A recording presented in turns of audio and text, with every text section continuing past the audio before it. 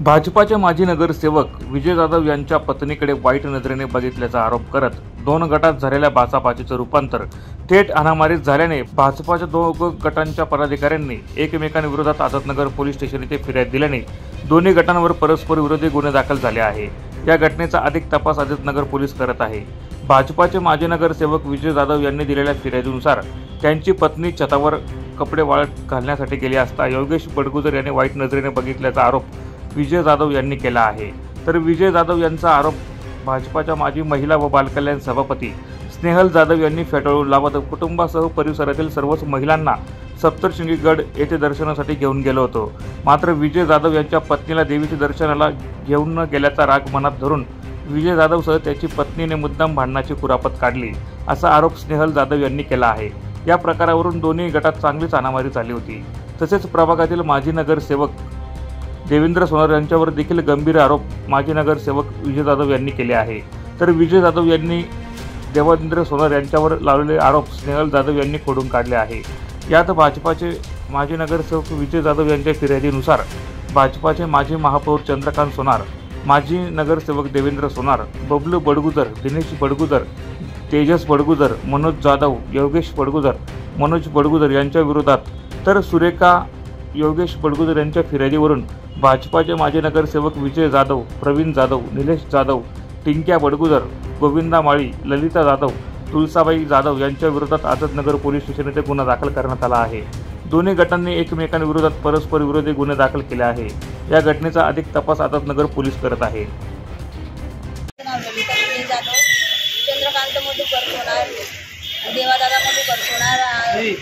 चंद्रकांत सोनार हे आम्हाला दोन दाटी करतात आणि ते आम्हाला म्हणतात जुळत राहतात ते सगळे करून आमच्या फॅमिलीला सगळं आणि बाईला चांगल्या रीतीने बघत नाही, कोणतीच बाईला चांगल्या रीतीने बघत नाही, सगळ्यांना हे दम देतात।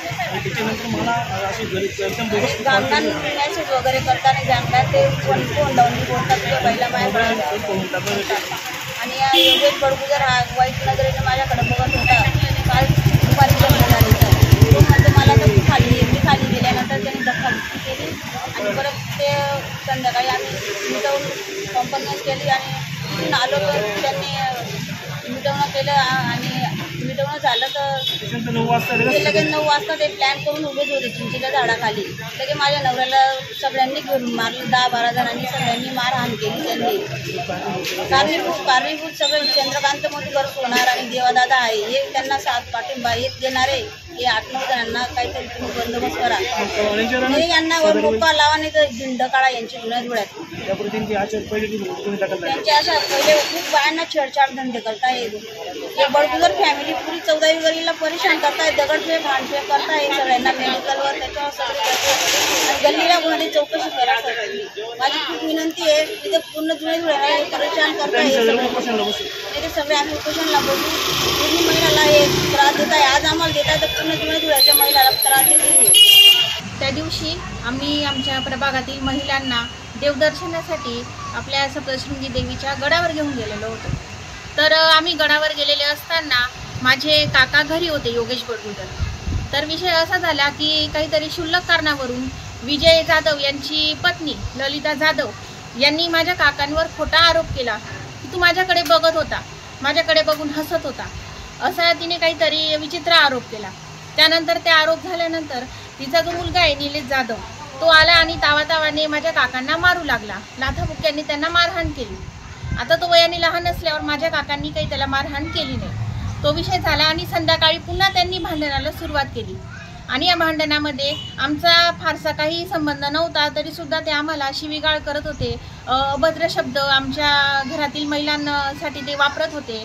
त्यांनी असा छेडखानीचा सुद्धा त्यांनी प्रकार या ठिकाणी केलेला आहे। पण विषय असा आहे की आताच आपल्या धुळे शहरामध्ये मागे जी पूजा बागुल नावाची विवाहित महिला आहे तिचा जो निगृणपणे तिथं हत्या करण्यात आलेली आहे। तर त्या हत्येमध्ये विजय जाधव, त्याचा लहान भाऊ निलेश जाधव, त्यांच्या पूर्ण परिवाराचा या गोष्टीमध्ये हात आहे। त्यांनी त्या विजय जाधवच्या आईने, विजय जाधवने, निलेश जाधव, प्रवीण जाधव आणि सचिन जाधव यांनी जादूटोना असा काहीतरी प्रकार त्यांच्या घरात चालू राहतो आणि हाच प्रकार वापरून त्यांनी जादूटोणा करून आणि टर्माईचे इंजेक्शन्स देऊन त्या विवाहित महिलेचा त्यांनी त्या ठिकाणी घात केलेला आहे आणि ती महिला अगदी तरफडून मरेपर्यंत ते तिथं तिच्या बाजूला उभे राहून अगदी चहा पित होते. ती महिला मरेपर्यंत, ती मेली ही खात्री करेपर्यंत ते तिथं थांबलेले होते. आणि या सगळ्या अशा गोष्टी होत असताना ते टर्माईचे इंजेक्शन्स आमच्या प्रभागात सुद्धा आता आमचे लहान लहान मुलं आहेत त्यांना सुद्धा त्या इंजेक्शनची सवय लावताय. माझ्या स्वतःच्या भावाला त्यांनी सवय लावलेली बबलू बडगुजरला. तर आमचं असं म्हणणं आहे की त्यांच्याबद्दल तुम्ही त्वरित कारवाई करा. आम्ही SP साहेबांना सुद्धा निवेदन द्यायला जाणारच आहे.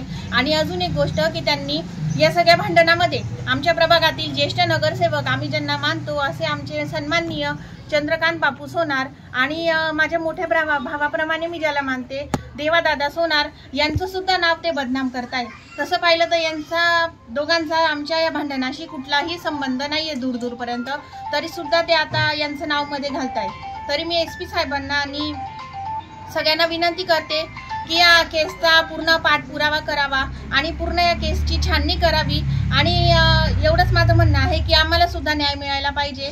आता ती मृत महिला मेली, तिला सुद्धा न्याय मिळायला पाहिजे असंच माझं म्हणणं आहे सर्वांना, बाकी काही.